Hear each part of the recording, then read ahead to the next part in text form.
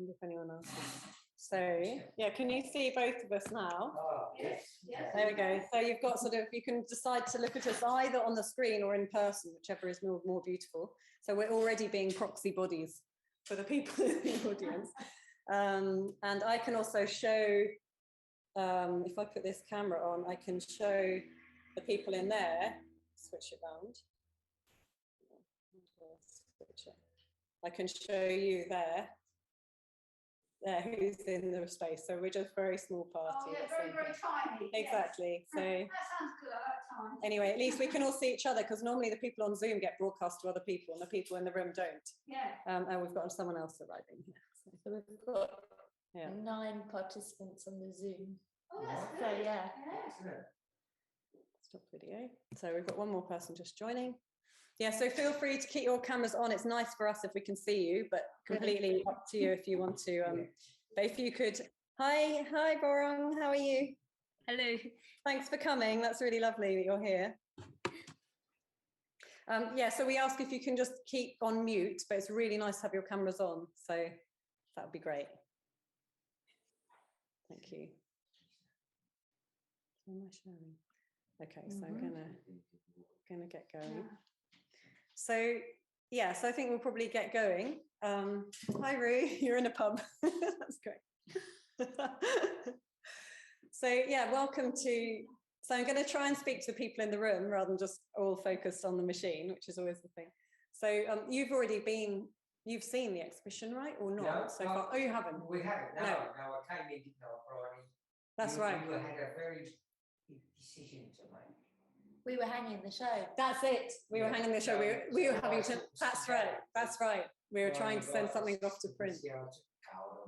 Yeah.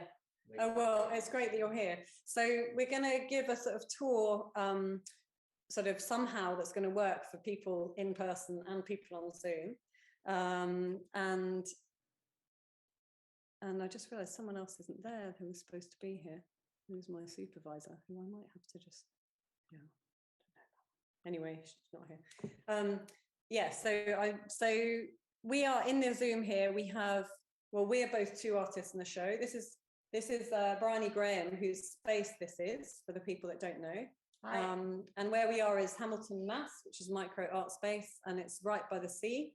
And we could show you in a bit that the sea is right there. Someone else just arriving. And this is a show that I have kind of assembled as a result of, through culmination of being here for 3 months for a placement for my PhD. So I'm doing a PhD at Goldsmiths, and I'm in, I suppose, about the 3rd year, but gone part-time due to time lost with COVID. And sort of accidentally found myself in Felixstowe and saw this space, and basically we tracked down Bryony and asked if it might be good or helpful for me to come and do some stuff in the space here, and sort of help out. So the last 3 months we've been sort of working together, and this exhibition was always kind of on the cards as part of it, and I'm very grateful to my PhD sponsors, CHASE doctoral training program, that have funded A, my placement, so my time to do this work here, and B, this actual exhibition, so that we could give artist fees to people and that sort of thing. So without that, this couldn't have happened. And the title, as you know, is Proxy Bodies, and here we're going to try and keep this fairly short, so we'll be done within the hour. And this is really just a way that we can show people who aren't able to get here on the internet what the exhibition looks like, because we're very used to seeing images on screen, and it really looks different when things are actually hanging in a space. And then we're also, each of the artists is here. Actually, Clareese is not here yet, but she will be here. So we will then hear a little bit from everybody. So I'm just going to share the screen because we have actually prepared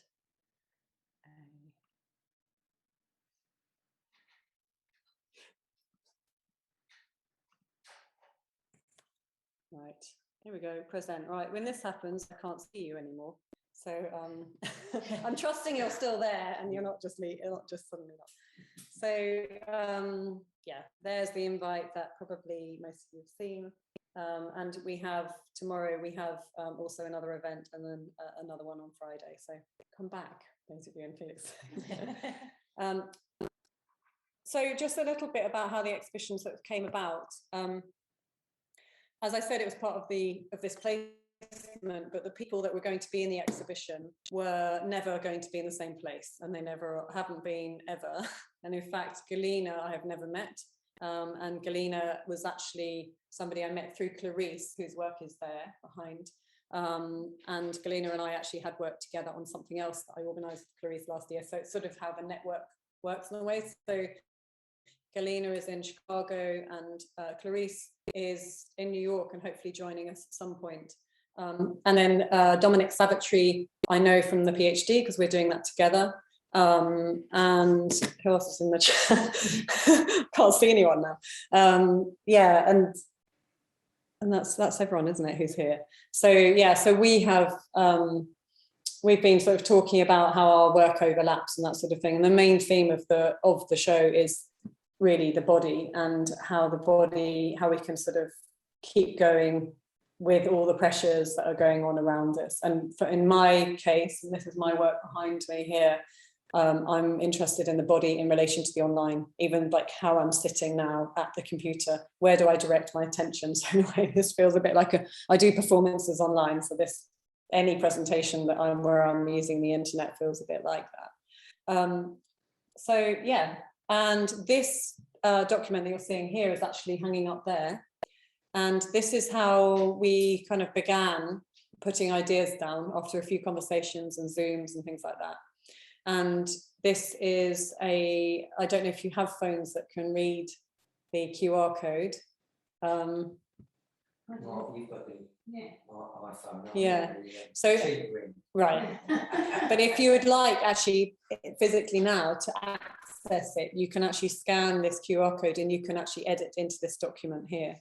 And we invite everyone in the Zoom also to do that, and to add that. So this green was actually one of the gallery visitors. So we set this up as a means of seeing collaboration, also as a means of getting away from the kind of singular identity of the body and of the single identity that does one thing and is so yeah. So lots of things happen through conversation and collaboration that can't happen when you're doing a monologue. So this is a kind of breathing, living document that is changing as people come in, and we very much invite you all of you to contribute. And the green was the visitor who came in a couple of days ago, we think, but we don't really know. So, yeah, go on. No, I was going to say, are we inviting people to do that after this tour? I will do it. We'll do it. Yeah, I think Great. so. Yeah, at the end. So, I mean, you feel free also to be on your phones whilst this is going on. We encourage phone use during our presentations. It's fine. We know people do it anyway. So please do scan that QR code. And I wish I could see if you are scanning it. Oh, hang on. There, I want to change the view so people can see everyone except for just me. Let me just change the view here so that you can see everyone. There we go. Yeah. So great. Okay, that's better, isn't it? I'll just make this a bit smaller. There we go. The choreography. Right, Clareese has arrived. So now we're going to go through, and each artist is just going to introduce themselves. Oh no, I was going to actually go around the exhibition at this point, wasn't I? Trying to remember what I'm doing. Okay.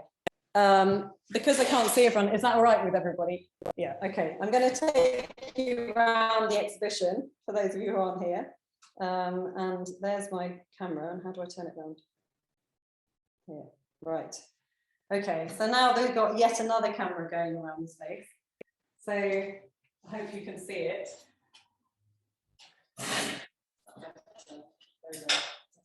Right, so this is where you come in. And generally people tend to go sort of to the left, which is where we have this, I need to stop sharing now. Can you just stop sharing for a sec? Yeah. Yeah, there we go. So, and then we can do this on big, maybe. We sort of need 3 people to manage. Anyway, you can make that big if you want it. So this is then the information about the show and the collaborative document that you've just seen, with its first iteration printed out, which was also used for the invitation. So we each met on a collaborative document. We met on Zoom and we met on this shared document where the authorship is just a colour, but we don't know who has written what. And so it's something really interesting happens when you haven't got your name attached to it. And then this is my work here that's behind where we're both sitting, which I'll tell you a bit more about later. Then we have Galina Shevchenko, who's here, who will also, so I'm not kind of going into details here to show you. And this is Bryony Graham here. Sorry, Brian, we can't actually see that. We can't actually see it. Oh, you can't see it? No. Nobody's viewing this. Hold on. You can't see it? No. So I think you need to pin your camera, whatever you're using. You need to pin it. Pin it. Oh, I see. Pin this one. I need to do it on there because that's the computer. Hang on, someone's coming to the meeting room as well. Okay, that's fine. Yes. This one. It's making need a glass of wine. So is this? Does that work? Can you see it now? No. Okay, right. We're not going to do that then. We're not seeing it. Okay, I'm going to leave that. Right. Thanks. Okay, we'll leave that. That worked last night, but didn't. So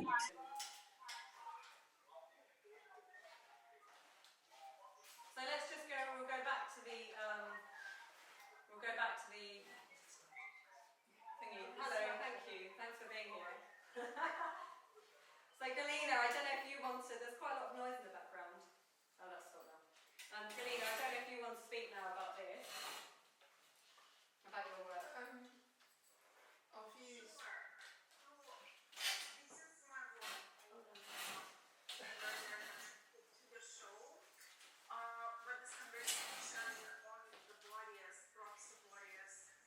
Hang on, Galina, sorry, we can't hear you very well. I think we have to get that Bluetooth thing working. Okay, well, First, Yeah. just wait a minute, Galina, because Also, the visual seems to have dropped out. Yeah, there we go. Right, okay. Right. Okay, can you hear Galina on the? Yeah, yeah, is fine. that okay? I can hear you guys. Okay, it's just that, yeah. Okay. Yeah, we can hear you. Yeah, I can hear you. My Yeah. computer is echoing for some reason, but can you hear me now? We can hear you. It is echoey, but we can hear you. Okay. Okay, maybe I should maybe I should make my whole computer mute and then speak. So, and then you let me know if you hear me. Hold Okay. on 1 second.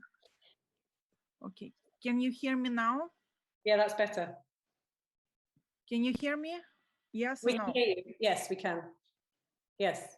Okay, let's see what you say.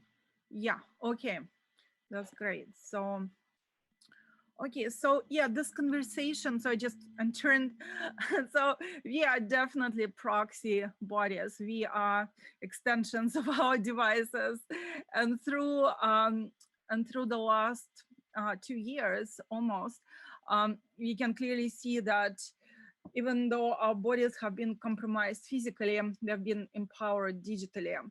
And if it's, we don't know yet if it's a good thing, if it's a bad thing, but it's a reality that we've been living with. And this conversation on a proxy body between me and the members of the show have started with my collaboration with Clareese. We had a few shows together, and the last one before pandemic was on cyborgs, and where I started this conversation of the body as a prosthetic device embedded into the production, particularly digital production. Body has been the center of my practice for since I ever started making art. I've always drawn it. I've always painted it, and now I'm using an extension of computer devices, digital devices, to talk about the body, to manifest it, to mediate it. Through the last year, as I said, our bodies have been compromised, but we've channeled other ways of communicating and producing knowledge, and also presenting ourselves to the world. So in this particular piece that you can see that I contributed to the show, I call it prosthetic series liquidity iterations. And I call it prosthetics and liquidity, which is a very strange, it's almost like an oxymoron, something prosthetic and solid and liquid, is because we've sort of had to learn how to extend our limbs, how to develop the strength to sort of transcend the time that we are living in, transcend the ability to resist and persevere. And here I'm working with a number of, so that's what I'm trying to explore conceptually and also manifest through the materials that I use. So the drawings here are done all in digital, in iPad. And I'm working with the fidelity to iPad Apple Pencil. That's become my essential prosthetic device for my drawing. I really trust it to produce the line, and then later on it gets digitized and put on, produced in the digital embroidery machine, which is another amazing prosthetic device that I use. And I'm putting it on the surface of the lace, which is a matrix also developed digitally and is sort of a monument to the female's involvement in this computerized mechanical production. And so yeah, so that's sort of bringing together the vision of transcending our bodies through the mechanized processes and using those mechanized processes to produce the work. That's what this manifests. Let's see. Yeah. And this is the slide that sort of shows my practice, just a little quintessence of what I've been working on all along, sort of starting with the drawing, which is done sort of, I can do it on fabric, and then I printed and laser cutted and cut it from the metal and projected. So it's been this ever-changing, ever-fluid body image, which is combining in itself an animal and a cyborg, but the core of it is the feminine procreative power. So that's what this work is. And so these pieces, those are the liquidity series that have been embroidered and brought forth from the digital drawings that I've done. And here I'm trusting the material, I'm trusting the process to manifest this feeling of extended and mutated body, which is and still remains powerful and manifesting its strengths. So yeah, we can go to the next slide. Yeah, those are the close-ups of the laces that you can see here in the slide. Yeah, you can see them. In this sort of state of flux, and other parts of the bodies are equally important and equally mutating. So they're we don't know what they are. Maybe they're inside of us, or they already came out and outside of us, but they're still part of us. So that's what I'm working with. And those are the drawings that I've done on iPad and have translated into the digital embroidery. So it's incredible how computers can sense the movement of our hands so acutely and with such fidelity. That's really fascinating. And, Great. yeah. Thank you, Galina. And it's been really great. In the series, work right? with Maybe you. there's another shot, but I think that's what I wanted to share, the sort of process from the core of where it starts to the finished piece, and also the piece being integrated in the space. I purposefully wanted to make this translucent lace pieces, to have them in the windows so they could be viewed from both sides and interact with the light and cast shadows. So they become mediating, they continue mediating and manifesting as they live within the space.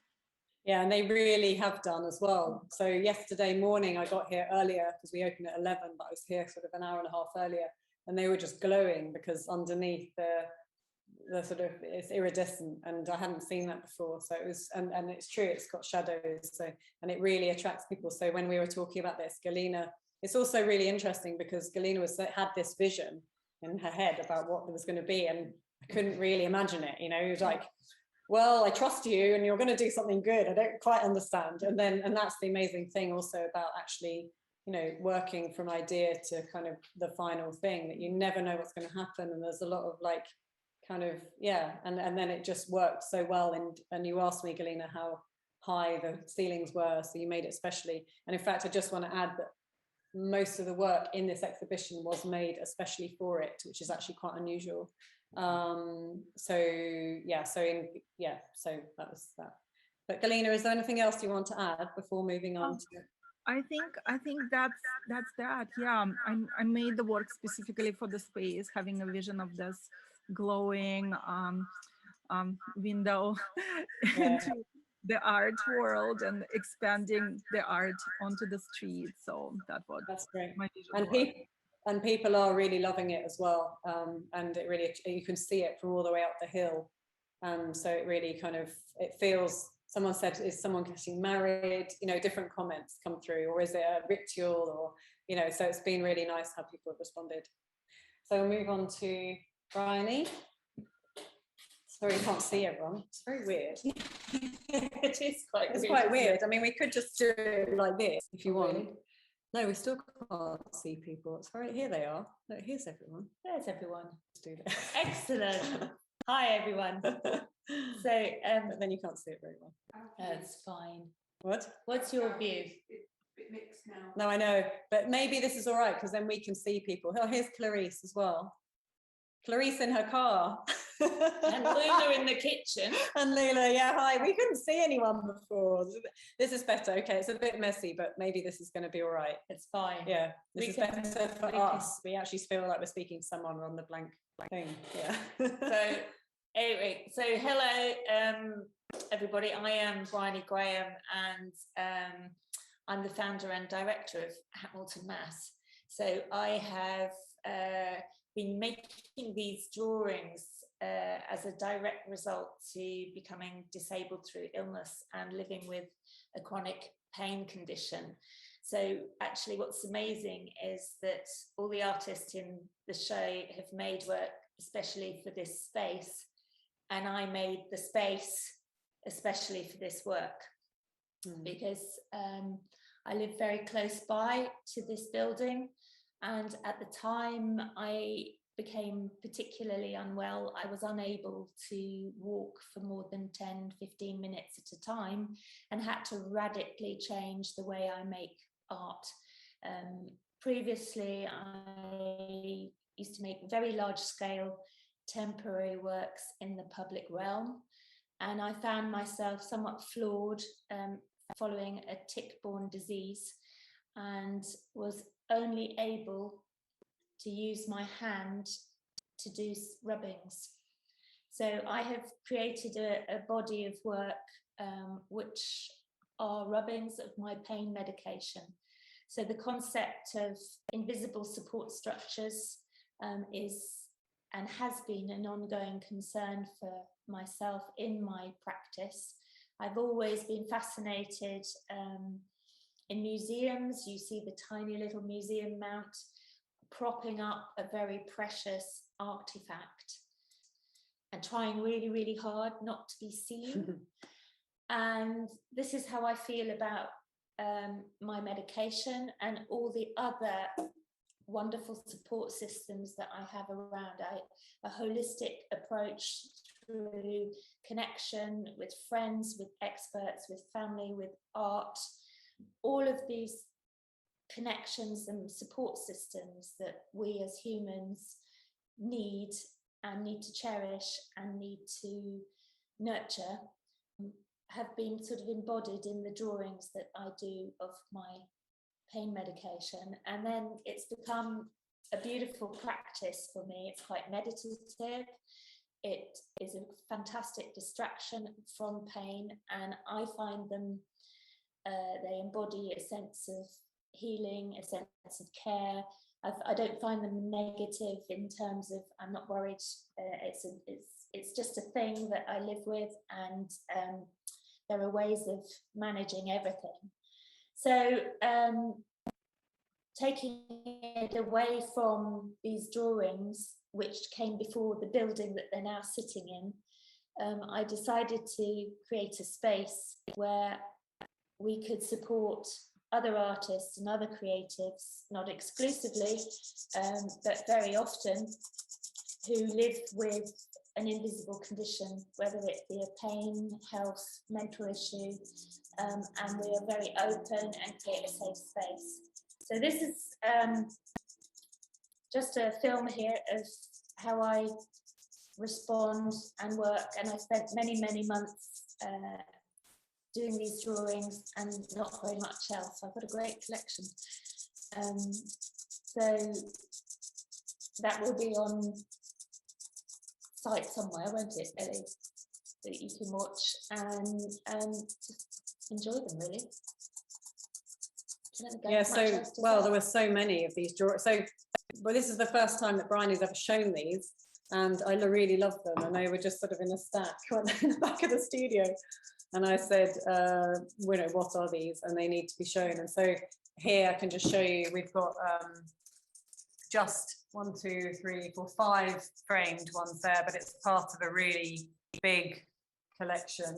And also they're really great from the back as well, which I think you saw in the previous slide, that they kind of have this amazing texture and this idea. And then the slide before was Bryony's other piece, which I don't know if you want to say about that.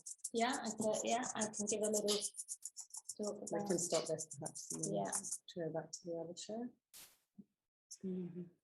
Oh, you can't see the presentation? No, that's because I swapped one. Did you see the film?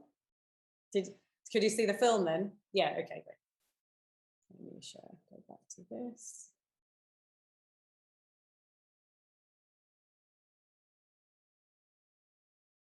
Go back to here, right. So this is, I'm going to actually present this so you can see it, even though we can't see, so. Okay, this is a piece called Album that I've been making for about 30 years. Interestingly, I was talking to some much younger people and they had no idea what it was or what the corners placed in rectangles on white blank pages actually were. And so this is an album of photos that a homemade album that I had collected, postcards and images of travels, experiences. And in one particular moment where I was archiving things, really, just trying to make sense of my own new reality as somebody who couldn't move quite as much as and travel quite as much as I used to, I decided to take out the photographs and found it an extremely poignant moment of removing memories, storing them away, and then leaving empty possibilities of future memories, past memories, of shared memories that belong to people that I don't know or will never meet. And I just found this idea of collecting human experience in an imaginative and empty white space, just quite magical. So I turned it into a piece of work and it's been well received. And it was also done at a time when you were going through a major life shift, wasn't it? Yeah. So many life shifts, but particularly during accepting that, health and my physical well-being and my mental well-being connected to a chronic illness has been very significant, reflecting. And I think it's really interesting actually in times of COVID, and I've talked to a number of other people who live with invisible disability and chronic conditions, that they suddenly felt that the whole world had joined them. And it's been quite interesting to talk openly and much more openly, and that's part of why, with Elly's fantastic encouragement and support, I decided to show these works, which I actually previously haven't been very comfortable sharing with. So I hope you enjoy them, and thank you very much, Elly. No, thank you for being, I mean, and I just think it just makes a really beautiful addition to to the show. It just kind of the sort of sculptural nature of them as well as the process. So Dominique Savitri, do you want to speak now? Let me unmute myself before I speak. Hi everybody, I am Dominique Savitri Bonarjee. I'm an artist and I'm doing my PhD with Elly. So thanks, Elly, for curating this wonderful show and inviting me to be a part of it as well. Just want to change my view so I can try and see a few people. Oh, now I can see people. Great. Okay, I'm going to talk about, oh, it says no, I'm not muted. So this is one of the works which is in the exhibition Proxy Bodies, and it's an embroidery. It's on a large piece of linen and it is held up with two sticks that you can see in the picture. And this embroidery came about during lockdown, actually. I spent the last 18 months embroidering by hand all these sayings, and maybe there's another image in the PowerPoint where you can see one of the sayings in particular. But these sayings were all told to me, most of them, except one, and I'll talk about that one as well. But these sayings came from conversations that I had with dance artists in Japan over a period of 3 years. I lived in Japan for 3 years, and I had conversations. I did a research project which was about speaking to people. So it was, following oral traditions of transmitting knowledge through words, through speaking, through conversations. And it was during lockdown that I sort of wanted to revisit these words and contemplate them in some way.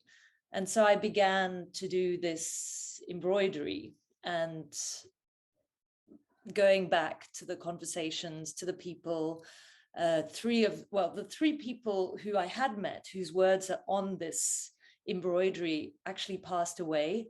2 of them passed away last year and 1 3 years ago. And then there's one quote, which is by Tatsumi Hijikato, who was actually the founder of this post-war radical performance art form called Buto. So all of the people who I had these conversations with were dance artists who were involved with this Buto movement in Japan in the 60s, 70s, and 80s. And actually this kind of way of contemplating these sayings is related to koan practice. And koan practice is used in Zen Buddhism as a way to study. Instead of studying sutras or scriptures, it's about sort of listening to what other Zen masters have said, have interpreted things, and then contemplating this, but not in an intellectual way, but through the body. That's the whole purpose of Zen, of these koan practices in Zen. And so for me, spending 18 months diligently embroidering this piece was a kind of koan practice, which allowed me to revisit all these sayings and sort of digest them through my body, through the embroidery. So maybe Elly, if you just want to go on to the next slide, if that's okay. Yeah, so this is the saying, the koan, which is at the very center of this piece, which is do not treat your body like an employee. This was said to me by Masaki Iwano, who was a great Buto artist and a filmmaker and a friend as well. And, you know, this is something he told me and other students this in the context of a dance workshop. So, you know, I just feel that this is something that can be contemplated and digested through the body for a very long time. Yeah, I guess, you know, this embroidery, as well as the other piece of mine that is in the exhibition, which is Collapse. And this is an image which I created specifically for Proxy Bodies, is of a previous collapse. And I'm also going to be creating, facilitating another collapse on Saturday in Felixstowe. That's going to be on the beach outside Hamilton, Mass. And I guess the way that, you know, collapse and the embroidery and the idea of proxy bodies function together is that, in a way, all these teachers who I spoke with and danced with and ate with and spent time with, in a way, I feel that, you know, through the work that I do now with my body, I become the proxy body in a way for their legacy. And Collapse also came out of that, this performance that I do.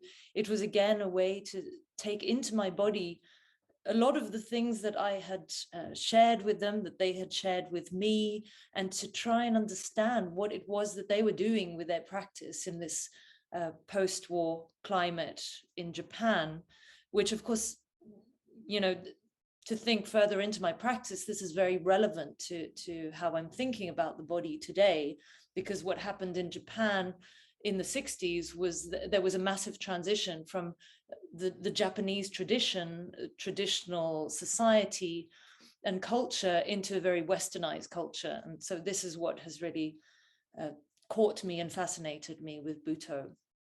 So yeah, Collapse is my way of continuing as a proxy body their legacy, and it's a series. And I've done, well, this is the 9th edition, which is going to happen on Saturday on the beach in Felixstowe, but there's probably a lot more than just 9, but let's say officially there's 9. So it's a practice that I keep repeating over and over again, and each time I discover something new about the legacy of these people who I worked with. And if anyone is in Felixstowe on Saturday, you can come and try it out for yourself and see what collapsing feels like. Yeah, so I might just add to that. So the first time for people in the room, the first time I encountered Collapse was a version of it that happened just outside King's Cross Station. Before COVID, it was actually on the day that we were initially supposed to leave the EU. I think it was in March 2019. 19, yeah.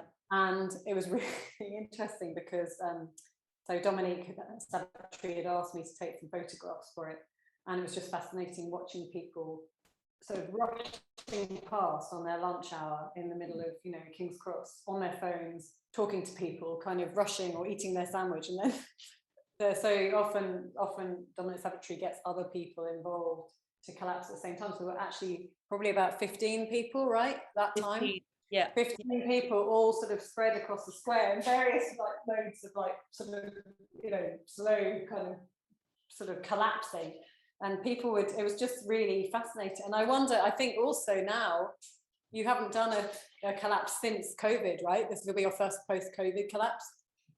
I actually did one in my doorway. Oh, right, during yeah. COVID. Yeah, But that not in was a one public in my space. doorway that was live streamed, but this is the first one where there'll be other people, and yeah. Exactly. So I wonder if the reaction will be quite different now. But so anyway, do come 5 o'clock on the beach, just here. And there's also a workshop that Savitri is doing at 12 to teach you how to collapse, or to talk you through some of what's the work. Can you collapse? Can you get up again? Did you hear that? No. If you collapse, if you're of a certain age, if you collapse, can you get up again? Well, that depends if you want to get up again. That's great. So I've we been might told move that- on. Go on. Sorry, I've just been told that collapse is far more pleasurable than anybody could have imagined. That was from people who collapsed with me at in King's Cross, actually, who said that. And they actually felt like staying on the floor for as long as possible. Yeah. It's sort of letting go, isn't it? Which Yeah. is lovely. Surrender. It's surrendering. Yeah. Yeah, so 12 o'clock here if you want to come. And then this slide here is so we've made a real effort in the installation of the show to kind of, because none of us really live just in one place. And so a lot of works, particularly the ones in this exhibition, relate to have videos and things. So this QR code will take you to a very beautiful video from which I think the still is taken from the video, right? Yes. So then you can see this still image starts moving.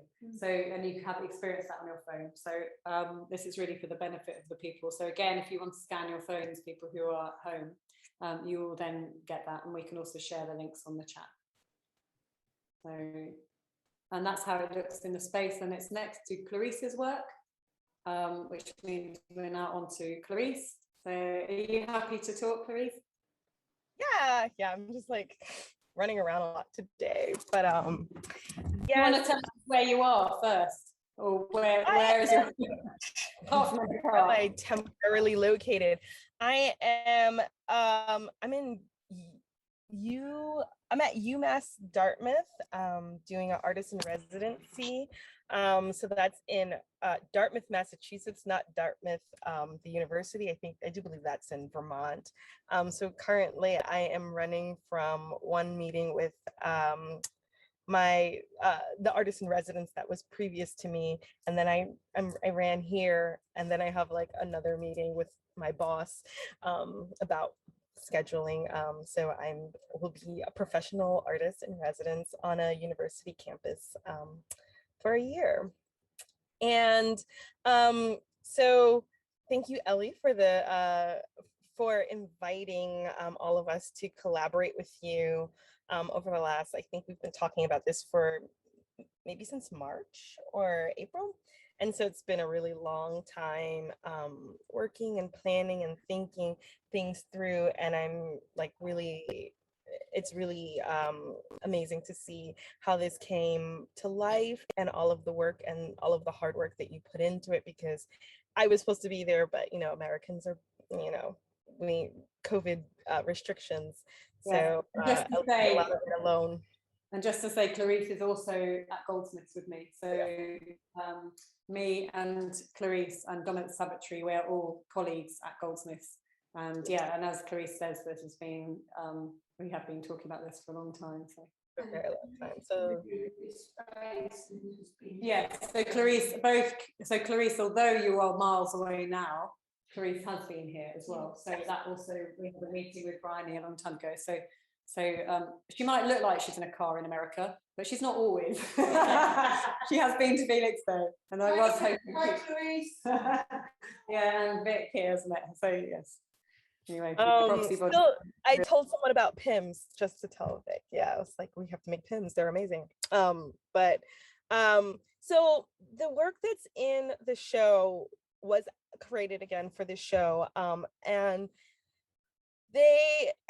we started thinking about bodies and relational bodies. Sorry, I'm super hot because it's really hot out here. It's like, what is it, like 30 degrees Celsius here in Mass. So my work is primarily about a entity that I call the guide, and the guide is the is a producer of knowledge, but more in terms of like a rhizomatic perspective, where she integrates experiences and critical theory into her practice to share with others how to escape their body and leave their body behind.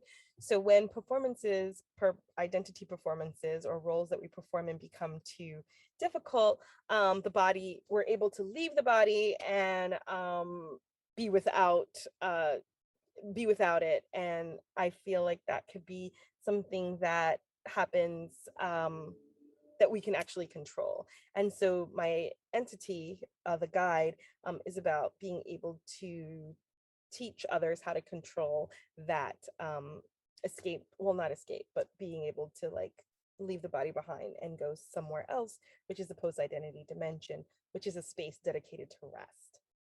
And so this is a series of images that is taken on a beach in Brooklyn. And what you see here is a singing bowl, incense, flowers, a bell, and a visor. And so the guide always wears the visor, and that's where the visor comes into play. But this is pretty much a building of the altar, and the altar is kind of where the meditations and the knowledge production happens in terms of teaching others how to escape their body. So just to interject there, the visor means the virtual reality visor. Right. So just to sort of clarify. Oh, yeah. So Clareese usually makes work in the online, sort of online in sort of virtual spaces, and also does installations and will sort of meld them. So yeah, just to say, this was unusual, wasn't it, to make a photo series that then points towards this ritual. And I think it's been again really interesting how people have interacted with this piece and have really felt drawn to it. And lots of people have said, Clareese, and I haven't said, but they've said they find it very restful and very relaxing, and they get arrested in front of your images, which is really amazing, because you normally have these very immersive experiences where you're kind of, you can't be anywhere but in that experience. And these are quite small, and your decision to print them quite small, which I wasn't sure about. I thought they might be bigger, and it really has worked. So just to say, people have been arrested by your images and they've loved it. So that's been a nice, I think it's worked very well in this space. That's really great to hear, because as Elly said, I have been working digitally for the better part of my PhD. So for almost 4 years, using immersive technologies. So creating these still images on a medium format Hasselblad camera, I really was thinking about taking my methodology of how I create work in the digital and seeing what it looks like, or what it could be in a still image that is printed and it lives as a still image. It doesn't need any more augmenting. These are not edited at all. They're shot on a purple film. And however I had them scanned, and however they came back to me scanned is how they're being shown. So they are just the image, nothing, no Photoshop, no kind of like intervention in the image. And what I was interested in is how simulation, because when you're doing a lot of interactive pieces, you're kind of like dealing with the role of the simulation, and what is a simulation and how do you manipulate a simulation. And with this work, I was really trying to like make the simulation is the tools. Like the simulation happens in the making. It's not about tweaking it or considering how to make it more realistic. The simulation, or I'm simulating a ritual or more of a ceremony, and it's about conjuring this ceremony. But I wanted the ceremony to unfold naturally. We only used a certain amount of film. We gave ourselves a limit on the film, and to just kind of like jump into the images. And if the images are blurry, they're blurry. If they don't come out well, they don't come out well. Some of them have like film clips in it. And it was just about like, because this is a proxy body that I kind of like perform as in my work. But I was also thinking about the layers of the proxy and what does it mean to be mediated and to kind of be filtered through. And with this piece, I was thinking about kind of like collapsing those layers into one. So the process and the entity are all one, nothing gets edited out, nothing gets augmented. I think these are just like one next to the other on us, on one roll of film.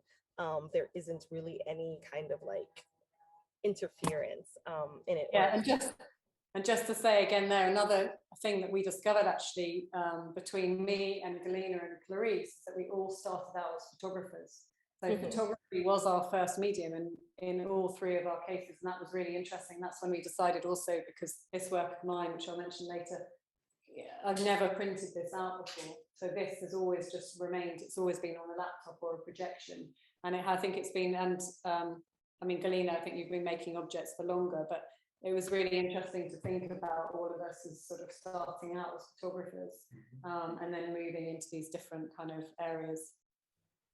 Yes, the Proxy Body exhibition was definitely about a return as well, because I don't think I've taken a photo, scanned it, and used it since like 2014, probably longer. So it was also about a return, and what does my practice look like now in that same medium that kind of like is the beginning, that is my origin story. So great. Thank you.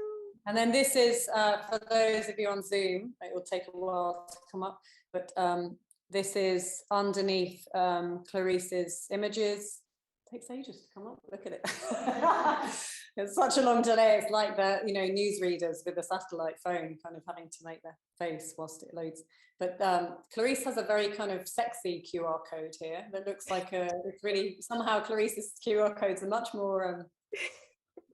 more pretty than all the rest of them, but that is a QR code, and that is displayed underneath the work there, and it takes you, and that explains a little bit about what Clareese has just said, and it takes you to, let's see, to this, which is one of Clareese's meditations. So I'll just let it run for a second. Photosynthesis. The harvesting of sunlight to produce energy is the ultimate driver of virtually all life on the surface of us. Sitting at the intersection of globalization, capitalism, the Anthropocene, and ideologies of difference, the outlook is dubious, and the Western world is at the center. A hyperbolic laser focus of these problematic cornerstones propagates systems towards objectives of friction, division, and adjacent tactics. I'm going to stop it there because I don't think we can hear very well, but we can share the link to this as well for those of you not here, and you can just scan your phones later and see it. Oops, I can't go forward. There we go. Yeah, thanks Clareese for that. That's really great, and it's been really nice to see also people how having these different sort of sound pieces come out of these different films that are within the space that are accessed on people's tinny little phones, you know. So I think this means it's my turn. Is that, yeah. It's your turn. So this is my work, which is behind here, which I've just been sitting in front of. But it's easier to see the image. And this is, so yeah, this is my kind of alter ego, who's called Shevchenko, who has been in my life for about 10 years now, if not longer. And she emerged out of parties in Berlin in the late noughties. And I'd been making, since I've been making work as an artist, I think every artist has their obsession. Mine has been about the kind of the digital mobile phones it was to start with, the internet, and where that leaves us in terms of how we understand ourselves on our own and in groups with friends, friendship, romantic relationships, sexual relationships, all those sorts of things, and when technology, the role that technology plays within that. So this has been my kind of reoccurring theme, also dissemination, distribution, that sort of thing. And at one point, my drag queen character, that was just my fun party-going escape, took on the role of being the pop star for some of the music that I was writing, which I realized me as Elly couldn't really perform it as I'm not a pop star, but my alter ego could be. And so then I started writing these songs and performing, which are all about sort of mobile phones and desire and waiting and downloading, all sorts of things, performing as that. And these particular images, so normally I perform, obviously COVID has meant that I've not really been able to do that, as is the case with, you know, all of us live performers. And again, thinking about origins, where we've come from, kind of going through old hard drives as well, and kind of re-encountering this recording from a performance that I did in 2019, which was a VJing performance that I did in an old medieval nunnery, actually, where I was invited to perform on International Women's Day. And it was my first time I had VJ'd, and I had to learn how to do it. And these are different images that are bringing together. So again, a little bit like Clareese, actually, these images are, they were not constructed, they were kind of accidental images from a performance, but then I kind of screen grabbed, and then in this case I've turned them into actual, they look really nice prints, because I worked with a very nice printer who managed to make them look really nice. But it's here we have, so it's the kind of, I'm seeing it as the layering of time and also looking back, and this was one of the images you see here is from a film shoot for a music video called Dance Allein mit ihr, which means totally alone with her. I was living in Germany at the moment, so writing things a bit in German. And that's really a sort of ballad, I call it a ballad of loneliness, when you think you're meeting your friend and they're on their phone all the time. And then you can just see the legs here from a live performance I did in Berlin, I think a year before this. And then the next one, this is again from a similar shoot, but this one on top is my long-term collaborator, Vladimir Bergelik, who has played also Sagina. So this is the name of my drag character, who is played not just by me, but also by other people. And Vladimir has been my very long-term collaborator. And we collaborated exclusively online for about 2 years before we met for the first time. And it's the idea of also this transferable identity. So, you know, a drag queen is a sort of made up character in many ways. So if I can play her, then you can play her, you could play her. Here are the ingredients, but it also increasingly, I'm seeing it as referencing work and labor and the scripts that you have to follow to earn money to do jobs. And that particularly came out over COVID. But it's been nice just to look at the images really that have come through. So this is another one here that start looking quite surreal. And then the QR code that I have from these images, I'm just letting you look at that, but then takes you to an extract from the VJ performance, which we can see a little bit of here. Maybe, let's see. Maybe it won't, maybe the internet's gone on strike. It might have gone on strike. No, I think it's not working. We could give it one more try.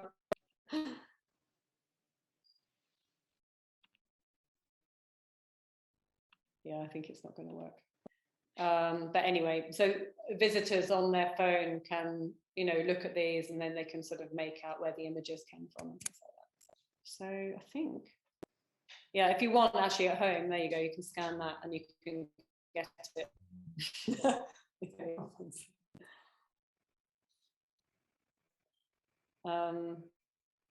And I think that's, so now if we would like to do a little bit, so it's just about 7 o'clock. I don't know if you want to have sort of 2 minutes of writing into the document, or you can take it and you can edit it in your own time. Yeah, and I think that's it really. Is there anything else that we want to say? Has anyone got any questions?